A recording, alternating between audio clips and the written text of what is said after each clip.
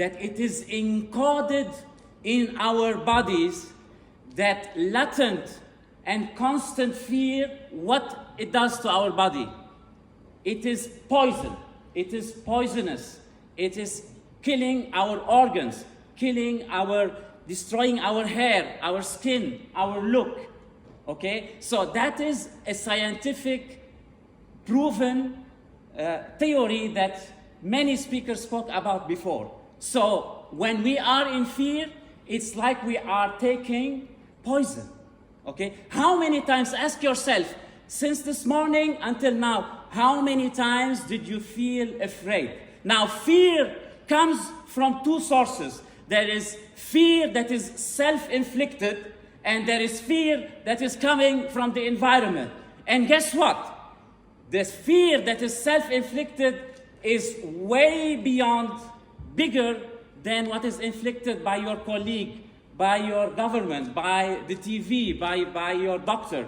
So you can do a lot in order to reduce your fear. You don't want to take poison, that is number one. Because if you are taking poison, sustainability, forget about sustainability. For everyone, not only for you, for your family, for your city, for your organization, and for your country. So this is number one. According to the laws of economics, the economy likes scarcity. We all know that scarcity is attached to what? To value. Okay, I can speak a lot about this, but I am keeping it short. So, what do you think? Is fear widespread in the world? Yes or no? Big research say that, the United Nations say that at every single moment, 1 billion people rotating are in distress. Okay? So how do you win your life? How do you win? How you sustain your success? Is by following the scarcity. You have to be among the people who are not afraid to win your organization, to be successful and to make money. If it's for profit, if it's not for profit, also to achieve your strategic objectives.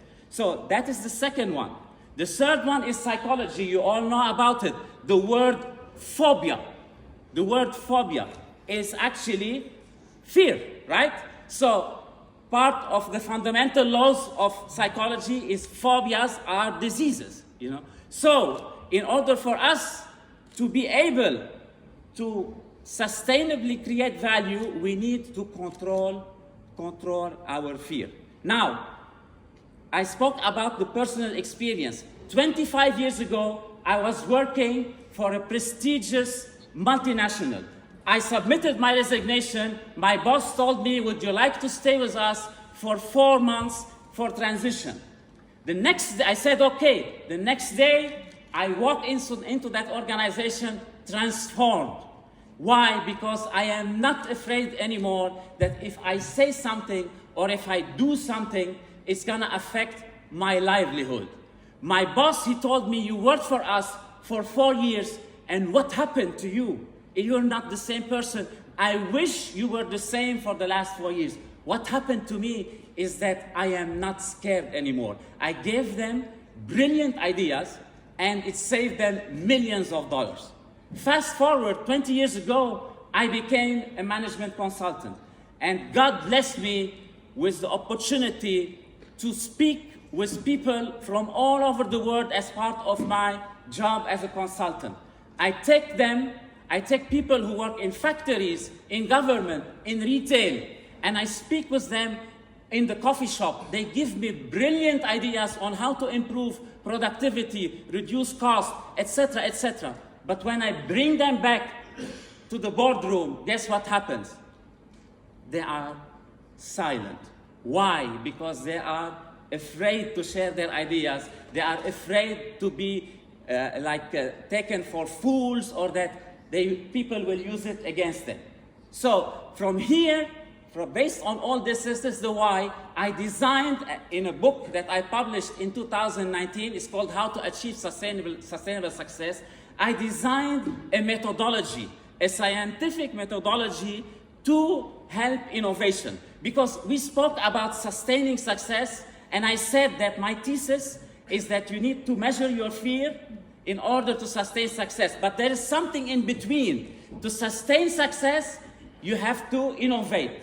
Why? Because we are living in constant change, you know? So the methodology is very simple. It's an innovation program that I plug into that innovation program the management, the measurement, and the control of the fear. I have tools, I have created an app in order to do that. So I come into organizations and I ask volunteers to record what kind of fears they are feeling every day. The self-inflicted fears and the fear that is inflicted by the environment. And I measure, I say this organization is living today at 50% level of fear. And these are the self-inflicted, these are the ones from the environment. And this is what we can do in order to make it 30%, 20%. Why we want to do that? Because what I have explained to you, you know, what I explained to you before.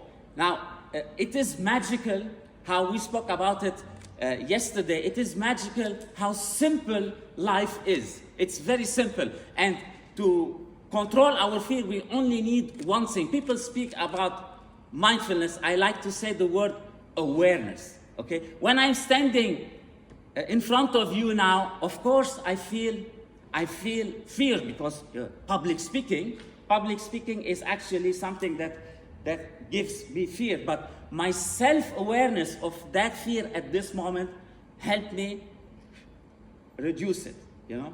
So I don't want to, I can speak, this topic is like really very big, but I want to drive one idea. Remember, in order for you, your family, your city, your nation to sustain success, for the planet to sustain success, we have to manage fear.